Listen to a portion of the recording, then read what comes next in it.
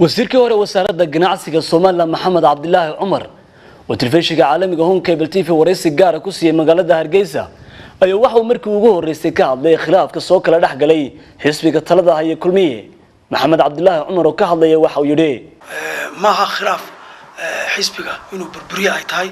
maaha khilaaf in uu nabadgelyada dalka iyo xasiloonida wax yeelanay tahay maaha waa khilaaf u baahan in wax laga qabto marka doodihii siyaasiga ah ee madaxtooyada ka socday oo anigu leeyahay qof nin wasiir oo mas'uul oo culus oo xisbigana taariikh kule dawladana mas'uuliyiinta ugu weyn ku jira maadaama aan ahaa xilba igana saarna marka horeba wax ka qabashadooda marka doodihii xisbiga ka dhex socday madaxtooyada ee arrimaha ku wajahna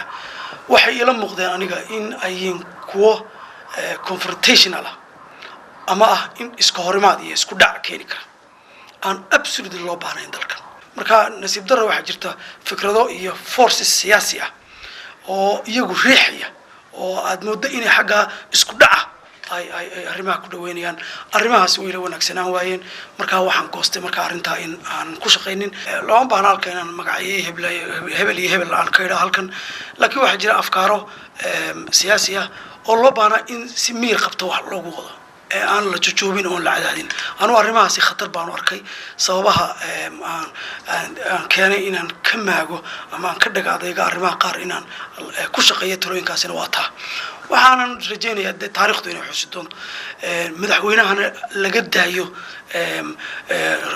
talooyinkan aan wanaagsanayn iyo buuqan iyo waxaan fikirkayga siyaasiga wuxuu taageersanaa muuse inuu ku guuleysto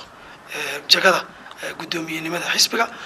wasiirkii hore wasaaradda ganacsiga Soomaaliland Maxamed Cabdilaahi Cumar oo wax ka weydiinay sababta keentay waqtigani in xilka laga qaado ayaa waxa uu yiri doorta xilka